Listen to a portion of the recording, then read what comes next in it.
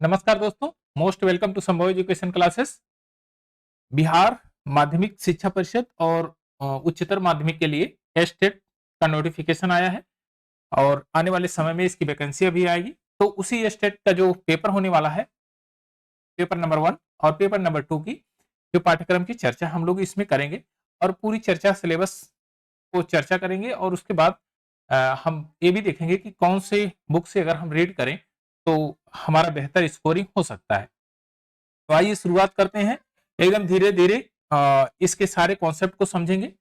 Syllabus discussion paper 1 के लिए जो बिहार माध्यमिक जो ये स्टेट हो रहा है 2023 में, इसमें 2 यूनिट पूछा जाएगा। एक यूनिट आपका सब्जेक्ट का होगा, यह सब्जेक्ट का है। सब्जेक्ट में आपके 100 मार्क के रहेंगे और उसके बाद टीचिंग का प्रोसेस क्या होता है। यूनिट 2 में आपको teaching and other skill 50 mark पूछा जाएगा और 50 ये टोटल 150 मार्क के होंगे। 150 क्वेश्चन होगा, 150 क्वेश्चन होगा और 150 मार्क होगा। 150 क्वेश्चन, 150 मार्क, जिसमें इस 50 मार्क को फिर क्लासिफाई किया गया है 2 पार्ट में। आर्ट ऑफ टीचिंग मार्क्स, जो टीचिंग की प्रोसेस है, कैसे हम बच्चों को सिखा सकते हैं, कैसे हम उनका डेवलपमेंट कर सकते हैं, क्या ट्रेनिंग एड्स यूज कर सकते हैं, इन सब चीजों का जो आपको अध्ययन करना चाहिए और कैसे कैसे हम उसको अपने डेवलपमेंट, एजुकेशन डेवलपमेंट में शामिल कर सकते हैं। तो ये art of teaching marks 30 number का होगा और अदर मार्क होगा 20 नंबर। अदर मार्क में जैसे आपको कंसेप्चुअल नॉलेज, जनरल नॉलेज आपको आना चाहिए, इन्वायरमेंट से आपको क्वेश्चंस आने चाहिए, फिर इंडियन कॉन्स्टिट्यूशन से आपको आना चाहिए। तो जनरल मार्किंग, जो जनरल नॉलेज होता है, जो हम सराउंडिंग में चीजों को आए दिन देखते हैं, तो उसके बारे में आपको जानकारी होनी चाहिए। तो आइए वन बाय वन करके इस सब का डिस्कशन करते हैं। और यूनिट 1 में हमने एक सब्जेक्ट लिया है हिंदी। हिंदी के पार्ट देखते हैं कि हिंदी में कौन कौन सा पार्ट आपसे पूछा जाएगा। तो सिलेबस डिस्कशन में ये जो है पार्ट 1 और पार्ट 1 में यूनिट 1 है। यूनिट वन 100 नंबर का पूछा जाएगा। 100 नंबर में हिंदी अगर सब्जेक्ट की बात करें, जिसका जो सब्जेक्ट होगा उसी के अकॉर्डिंग इसमें पूछा जाएगा। जैसे आपका संस्कृत है तो संस्कृत में भी यही चीजें रहेगी, लेकिन वह संस्कृत के टर्म में पूछी जाएगी। इंग्लिश की अगर बात करें तो इंग्लिश में भी यही टर्म रहेगा, लेकिन वह इंग्लिश के टर्मिनोलॉजी में पूछा जाएगा। इंग्लिश जो है और भी सब्जेक्ट हैं, सब इसी प्रकार से होंगे, किसी में थोड़ा बहुत कुछ बदलाव होगा।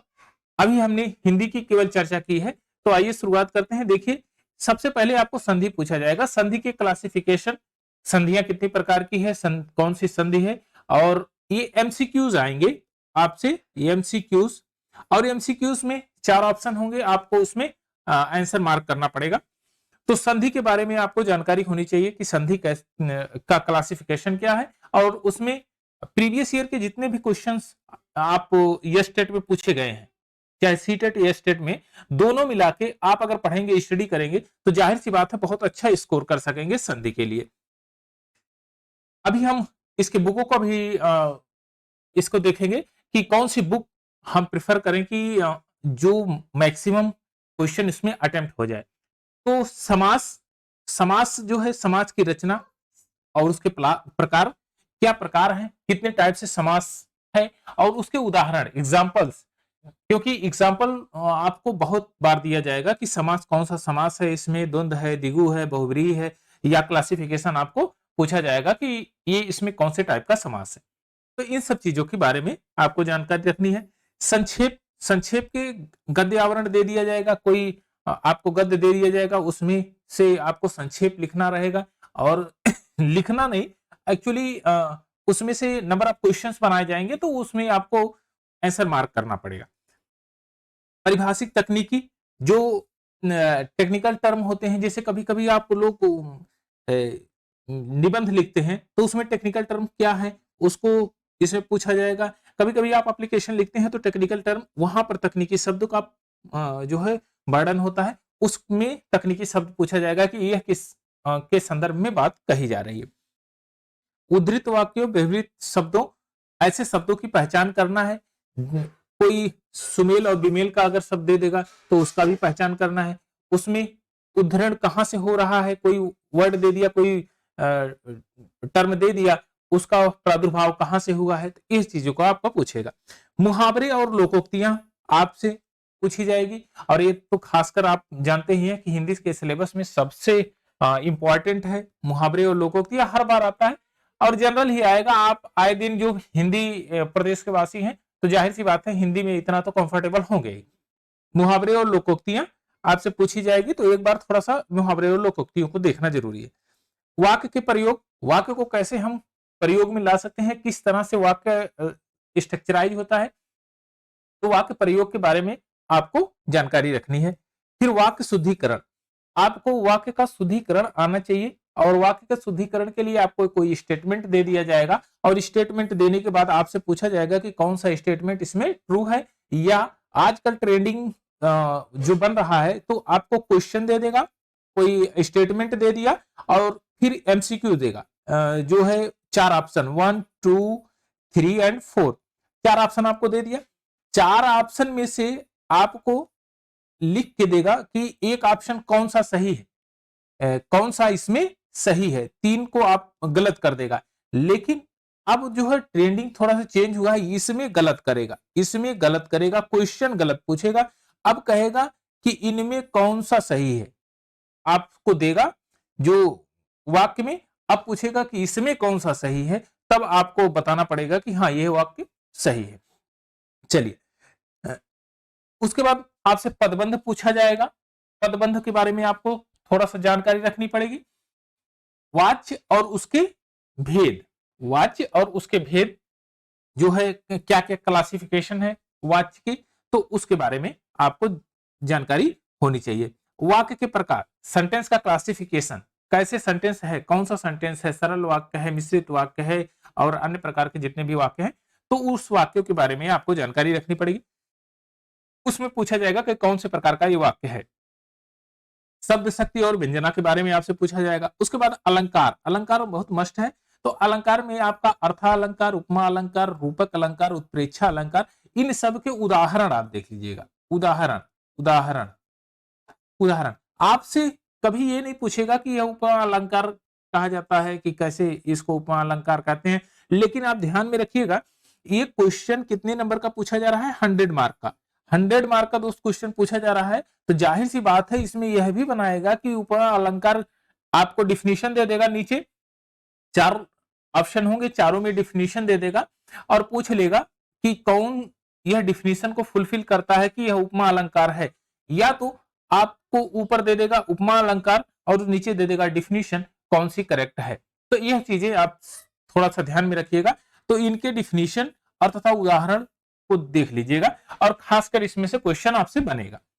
फिर उसी में आता है विरोधाभास, विरोधाभास को भी आप देखेंगे, तो उसी में क्लासिफिकेशन में है। फिर आएगा आपका छंद, छंद में कौन सा छंद है, वर्णिक छंद है, और अन्य प्रकार के जितने छंद है, छंद का जो क्लासिफिकेशन है, प्रकार है, उसको तथा उसके उदाहरण को आपको देख लेना है, और इस चीज को बहुत बढ़िया से बारीकी से समझना है, तभी आपका इन बहुत अच्छा मार्क आ सकता है। और जाहिर सी बात है हिंदी प्रदेश के निवासी हैं, तो इतना तो जानकारी है ही। हाँ, जब आप जो औपचारिक लैंग्वेज है, औपचारिक लैंग्वेज में कोई चीजें पूछी जाती है, तो शायद थोड़ा सा पढ़ने की जरूरत पड़ती है, लेकिन बहुत ज्यादा पढ़ने की जरूरत नहीं पड़ेगी, क्योंकि आप आए दिन उसी चीज को रूटवे होते हैं। कभी कोई आप देखेंगे वाक्य का प्रयोग किया आपने, उसमें अशुद्धियां आ गई, तो आप कहेंगे कि नहीं नहीं ये तो स्टेटमेंट गलत है, ये सेंटेंस जो आप बोल रहे हैं ये गलत है, और दूसरा सेंटेंस बोलिए, ऐसा नहीं होता है। या कोई आपसे कोई मुहावरे हैं, लोकोक्तियां हैं, कोई यूज किए गए, और आए दिन आप जानते हैं कि अपनी लाइफ में उसको यूज भी करते हैं, तो ज्यादा आपको दिक्कत नहीं आएगी। लेकिन औपचारिक जब लैंग्वेज आएगी तब आपको प्रॉब्लम होगी, तो एक बार औपचारिक लैंग्वेज को आपको पढ़ लेना है। उसके बाद काव्य के गुण, काव्य के क्या क्या गुण है, क्या कैरेक्टरिस्टिक है, क्या विशेषताएं हैं, काव्य कैसा होना चाहिए, किस तरह से, इसके सारी विशेषताओं को हायरार्की में आपको देखना पड़ेगा। उसके बाद रस, रस तो जाहिर सी बात है हर एक आदमी को पसंद है रस। अब चाहे जो दूसरा वाला जो पीने वाला रस हो, या तो दूसरे प्रकार का रस होता है, करुण रस होता है, प्रेम रस होता है, दुनिया भर के और रस हैं। तो रसों के बारे में आपको जानकारी होनी चाहिए, क्योंकि अब जीवन ही रसदार बनाना है आपको, तभी आपका जीवन सक्सेस होगा। तो रस के बारे में आपको जानकारी रखनी पड़ेगी। ये हिंदी का ओवरऑल सिलेबस रहा 100 मार्क का। तो कुल मिला जुला के अगर आप 100 मार्क लेना है या 100 मार्क के अप्रोक्स पहुंचना है और मैक्सिमम मार्क गेन करना है, अभी तक तो 100 मार्क की प्रोबेबिलिटी कभी ऐसे बनती नहीं है कि कभी 100 मार्क किसी का आ ही जाए, लेकिन ऐसा कहा नहीं जा सकता, ऐसा 100% ट्रू नहीं है। भविष्य में क्या हो जाए कुछ पता नहीं है। हो सकता है ऐसा विद्यार्थी हो जिसको सब कुछ आता हो और टोटल के 100 ऑप्शन उसके सही हो। और अगर एमसीक्यूज में पूछा गया, एमसीक्यूज में पूछा गया तो जाहिर सी बात है यह सत्यता होने में कोई संशय नहीं है, क्योंकि उसमें राइटिंग में कटेगा नहीं नंबर, कहीं और कटने के चांसेस नहीं है। जब आपको एमसीक्यू से पूछा जाएगा क्वेश्चन तो वहां पर 100% मार्क लाने की संभावना है, लेकिन ऐसा जनरली नहीं हो पा रहा है। फिलहाल में जितना ज्यादा से ज्यादा मार्क ले आने की कोशिश रहेगी हम लोगों की, और इसमें हम लोग पूरे सिलेबस को कवर करेंगे, वन बाय वन करके एक एक टॉपिक को डिस्क्राइब करेंगे। अब आपको पढ़ना कहां से है? प्रीवियस ईयर का जो जितना भी पेपर है ये स्टेट का इस हिंदी के सिलेबस का, ए स्टेट और सी टेट ए स्टेट दोनों का लेकर पढ़ लेना है। प्रीवियस ईयर का जो पेपर है, प्रीवियस ईयर का पेपर है। और एक बहुत अच्छी बुक आती है, पतली सी है, वासुदेव नंदन की, वासुदेव नंदन में ये टीजीटी पीजीटी और नेट जेआरएफ जितने भी ऐसे अच्छे स्कॉलर हैं इसको प्रेफर करते हैं और अच्छी बुक है।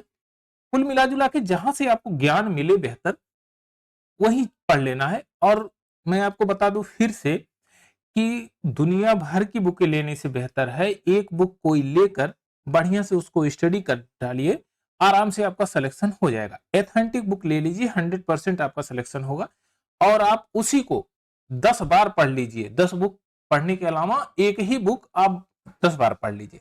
प्रीवियस ईयर में यस टेट के जितने भी और सी टेट एस टेट में जितने भी क्वेश्चन पूछे गए हैं उनको हम लोग एक सिंक्रोनाइज तरीके से सॉल्व करवाएंगे और जल्दी जल्दी उसके वीडियोस आएगी आपके पास।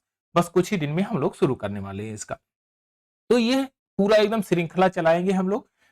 जो अब तक हिंदी के सिलेबस में ये चीजें जो पूछी गई है और जो बेहतर कंटेंट होगा उसको हम प्रोवाइड करने की कोशिश करेंगे।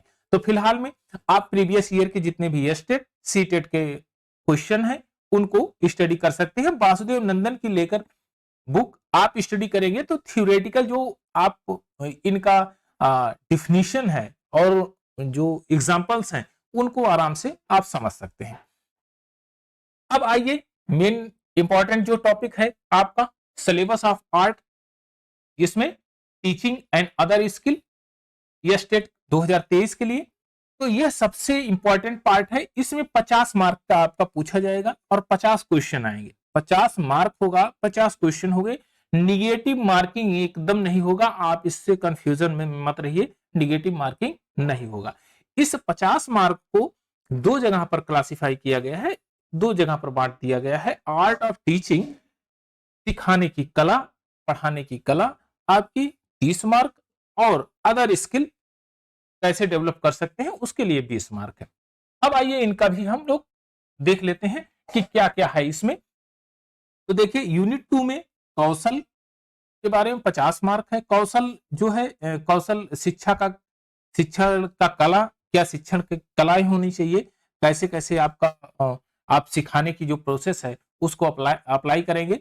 और दूसरा है जो अन्य कौशल, जैसे आपको जीएस आपका बेहतर होना चाहिए, general knowledge, general awareness, ethics बेहतर होनी चाहिए। इथिक्स का मतलब ये नहीं है कि पूरी तरह से आप इथिक्स का सब्जेक्ट ही स्टडी करिए, ये नहीं है। Ethics just like a manner, आपको मैनर क्या होना चाहिए, सोशल में कैसे मैनर को अप्लाई करते हैं, बच्चों को क्या सिखाना है, इस चीज के बारे में आपको जानकारी होनी चाहिए।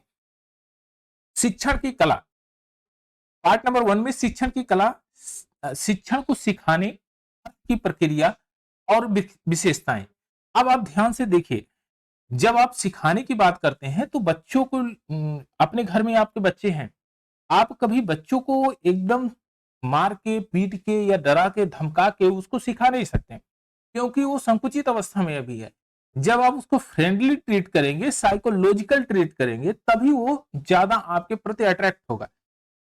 आप देखिए ध्यान से अपने जो पितृसत्तात्मक परिवार में, तो उसमें देखेंगे कि फादर जो है, फादर से बहुत ज्यादा अटैचमेंट बच्चों का नहीं होता, जबकि मदर से होता है।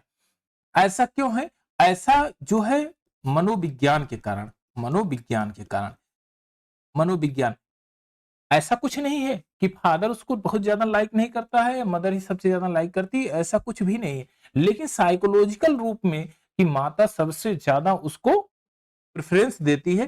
तो शिक्षण जो सिखाने की कला होती है, तो वह सिखाने की कला में यह विशेषता होनी चाहिए कि बच्चों को किस तरह से हम सिखा सकते हैं, और इसको जब अपने जीवन में अप्लाई करिएगा तो इसको बेहतर ढंग से आप उसमें कर सकिएगा। और दूसरा है शिक्षण उद्देश्य, अनुदेशन उद्देश्य, अर्थ के प्रकार और ब्लूम टेक्सोनॉमी।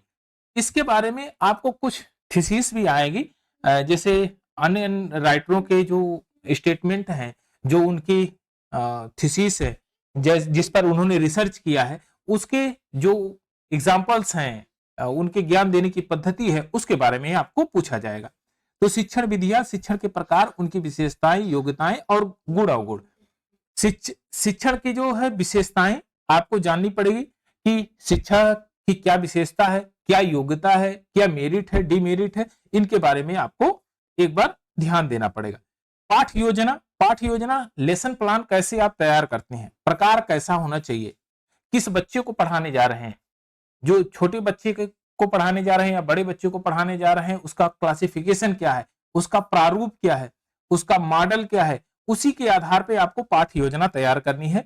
अगर आप बच्चों को पढ़ाने जा रहे हैं तो बच्चों जैसा ही पाठ योजना तैयार करिए, जिसमें आपको चित्रों के माध्यम से या कुछ अन्य क्लासिफिकेशन, हैंड मूवमेंट करके, आपको कुछ सिंगिंग के माध्यम से, डांसिंग के माध्यम से, एक्टिविटीज के माध्यम से, इस प्रकार से आपको सिखाने पड़ेगी। इसी पे आता है आपका माइक्रो टीचिंग। माइक्रो टीचिंग ऐसा अनुदेशन विश्लेषण है जिसमें हम छोटे ही समय में ज्यादा से ज्यादा बच्चों को सिखा सकते हैं। How to learning process of the small times we are the learning about every student. तो हम कैसे कैसे उसको ट्रीट कर सकते हैं। कभी कभी हम देखते हैं कि बच्चे जो है घूमने टहलने में ज्यादा दिमाग लगा रहे हैं, तो उनको खेल के माध्यम से वो ज्ञान को देते हैं, उनको प्रोसेस सिखाते हैं। कभी कभी हम लोग एक्टिविटीज कराते हैं, वो क्या है, वो एक प्रकार सा जो है माइक्रो टीचिंग है, छोटे से समय में और ज्यादा से ज्यादा ज्ञान देने की पद्धति है। कक्षा का प्रभावी परिस्थितिकी तंत्र, यानी कि एनवायरमेंट कैसा होना चाहिए, कक्षा कैसी बननी चाहिए। ऐसा ना हो कि आप थ्योरी पढ़ाते जाए और बच्चा एकदम उठ के बैठा हुआ हो, उसके दिमाग के ऊपर चले जाए। तो परिस्थितिकी तंत्र कैसा एनवायरमेंट वहां होना चाहिए कक्षा में, तो यह चीजें आपको ध्यान में रखनी पड़ेगी। कक्षा की जो बनावट है वो कैसी होनी चाहिए, कक्षा में और ब्लैक बोर्ड कैसा है, रहन सहन कैसा है, जैसे एनवायरमेंट कैसा है, वहां पर फैन की व्यवस्था है कि नहीं है, इन सब चीजों का आपको ध्यान में देना पड़ेगा। तो इन सब चीजों के बारे में आप स्टडी करिएगा। पाठ्य पुस्तकें, पाठ्य पुस्तकें उस सिलेबस से अटैचमेंट है या नहीं है, इन सब चीजों को ध्यान रखिएगा। और सबसे खास बात है ये चीज कि अगर आप जो छोटे बच्चों को पढ़ाने जा रहे हैं तो उसी के आधार पर पाठ्य पुस्तकें होनी चाहिए। पाठ्य पुस्तकें चित्रात्मक होनी चाहिए, चित्रात्मक होनी चाहिए, भावात्मक होनी चाहिए, भावात्मक होनी चाहिए, और चित्रात्मक, भावात्मक, कलात्मक होनी चाहिए। उसमें कभी-कभी कार्टून भी आपको बने होने चाहिए, क्योंकि बच्चा कार्टून से ज्यादा प्रभावित होता है। आजकल मल्टीमीडिया का जमाना है, प्रत्येक व्यक्ति के पास मोबाइल है, बच्चा आए दिन मोबाइल देखता है। तो जो उसकी कॉपी में जो चित्र बने होने चाहिए वो कार्टून की पद्धति में हो, ताकि उसको ज्यादा अट्रैक्टिव रूप में वो सीख सके। शिक्षक के क्या गुण होने चाहिए, what is the quality of teachers, तो यह आपको क्वालिटी देना चाहिए, सहनशील होना चाहिए, भावात्मक तरीके से होना चाहिए, संज्ञान के रूप में पढ़ाना चाहिए, अन्य दुनिया भर की जो चीजें हैं कि वह लॉयल हो अपने वर्क के प्रति। तो यह चीजें आप एक बार उसको ध्यान में रखिएगा। शिक्षक के गुण, सीखने के लिए मूल्यांकन और स्वयं का मूल्यांकन, एवेल्युएशन कैसे कर सकते हैं, बच्चे का एवेल्युएशन कैसे कर सकते हैं, स्वयं का एवेल्युएशन कैसे कर सकते हैं। आप कहेंगे आप स्वयं का एवेल्युएशन कैसे करेंगे? बच्चे को पढ़ा रहे हैं तो बीच में आप क्वेश्चन रेज करिए। अगर बच्चा वो पढ़ रहा है तो ठीक है, आपको बताएगा कि हाँ सर ये चीजें हैं। हो सकता है आपकी पद्धति पढ़ाने की बेहतर ना हो, तो आप स्वयं का ही भी एवेल्युएशन कर सकते हैं, सिखाने की जो पद्धति है उसका भी एवेल्युएशन कर सकते हैं। नहीं बच्चा इस तरह से नहीं सीख रहा है तो हम प्रोसेस को दूसरा कर दें, प्रोसेस को चेंज कर दें। और बच्चे का भी मूल्यांकन हो जाता है कि बच्चा किस स्तर का है, कैसे उसको सिखाया जा सकता है। तो दोनों तरह के मूल्यांकन होता है। पाठ्यक्रम, पाठ्यक्रम सरल होना चाहिए, सुनियोजित ढंग से होना चाहिए, बहुत ज्यादा जटिल नहीं होना चाहिए। पढ़ाने का प्रोसेस जो है थ्योरेटिकल और प्रैक्टिकल दोनों होना चाहिए, क्योंकि थ्योरी पढ़ा के आप कभी भी किसी को थ्योरी पढ़ा के बहुत ज्यादा एक्टिविटीज नहीं करा के आप उसको छोड़ देंगे तो थोड़े समय में भूल जाएगा। लेकिन अगर एक्टिविटीज कराएंगे आप तो जाहिर सी बात है उसके पाठ्यक्रम में एक्टिविटीज डालना चाहिए, और एक्टिविटीज से सबसे ज्यादा बच्चा सीखता है। और आपका ये तो जो है ये सिलेबस आपको 5 क्लास तक का है, तो जाहिर सी बात है इसमें एक्टिविटीज सबसे इंपॉर्टेंट फैक्टर है, तो पाठ्यक्रम में उसको भी शामिल करना चाहिए। शिक्षण को सिखाने को प्रभावित करने वाले कारक कौन कौन से फैक्टर हैं, कैसे कैसे हम उसको सिखा सकते हैं।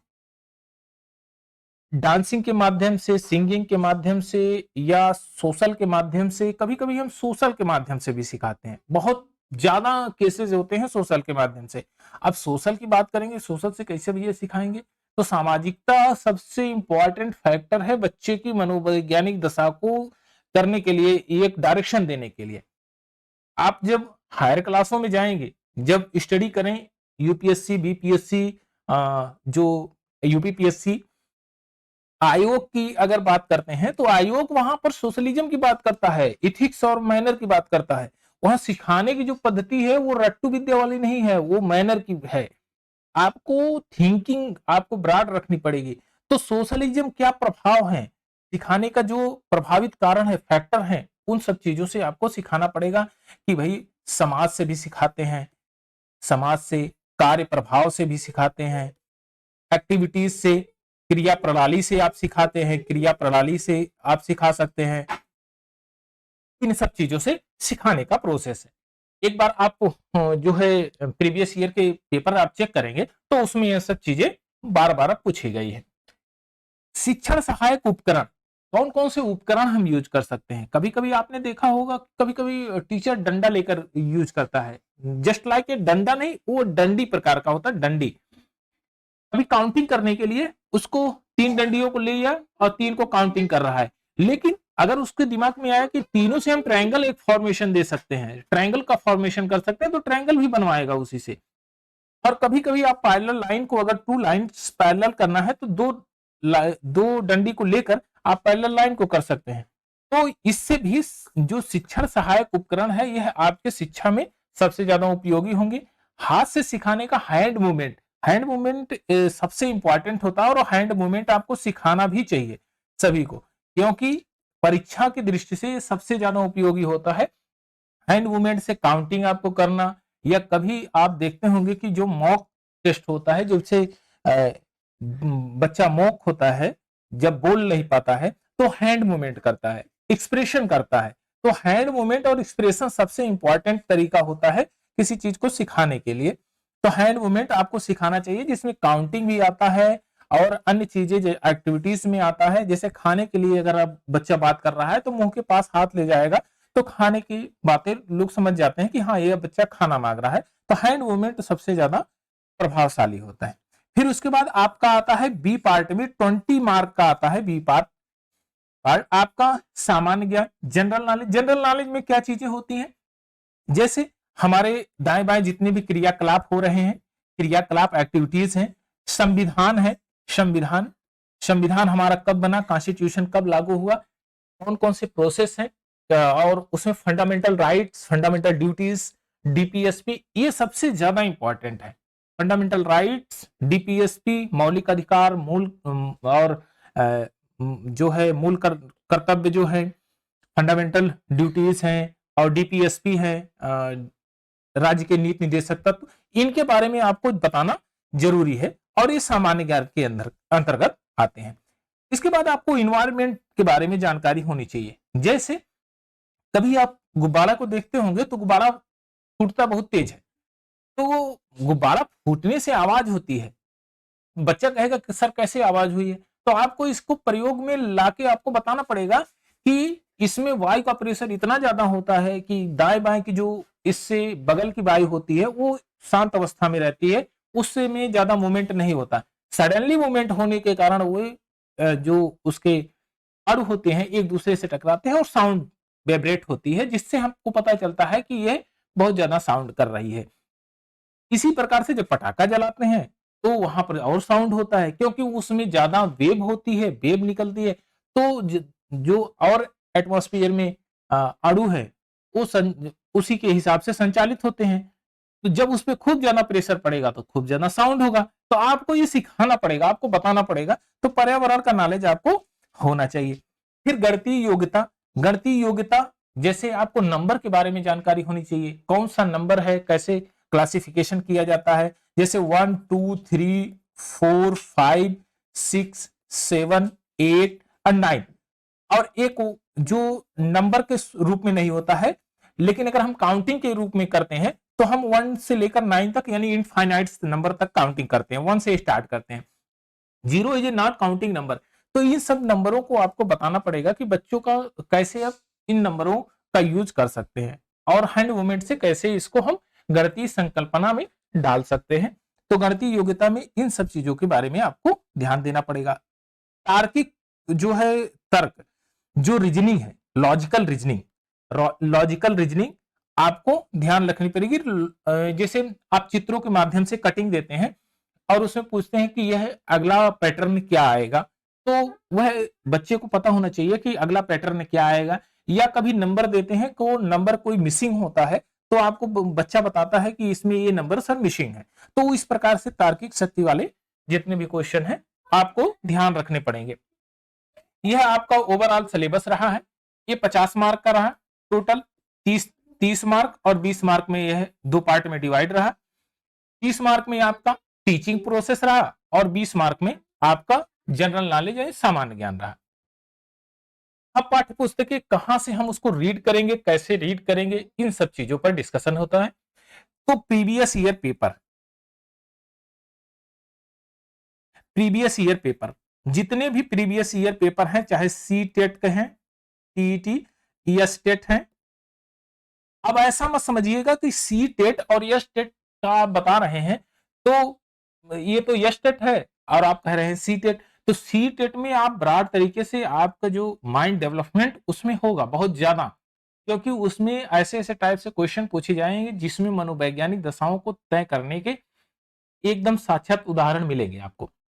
तो सी टेट के जितने भी प्रीवियस ईयर पेपर हैं उनको आप लोग पढ़िए और यस टेट के जितने भी क्वेश्चन हैं उनको भी अटेम्प्ट करिए। क्वेश्चन अटेम्प्ट करना सबसे ज्यादा मार्क आप गेन कर सकते हैं। थ्योरी आप उसके साथ में पढ़ लीजिए और उसके बाद आपको कोई विशेष और अन्य प्रकार की जरूरतें नहीं आएगी। बाकी जीएस के लिए जो करंट में वैल्यू चल रही है, जो करंट में नॉलेज चल रहा है, करंट में जो इस समय सिनेरियो है भारत में, जो भी करंट नॉलेज है उसके बारे में आपको थोड़ा जानकारी होनी चाहिए। और जनरल नॉलेज के लिए सामान्यतः जो है कई बुकें आती हैं, लूसेंट है और अन्य प्रकार की जो बुकें हैं जो सामान्य अध्ययन के लिए है, तो उसके बारे में आप थोड़ा सा उसको भी ध्यान देंगे तो आपका ये पूरा सिलेबस कवर हो जाएगा।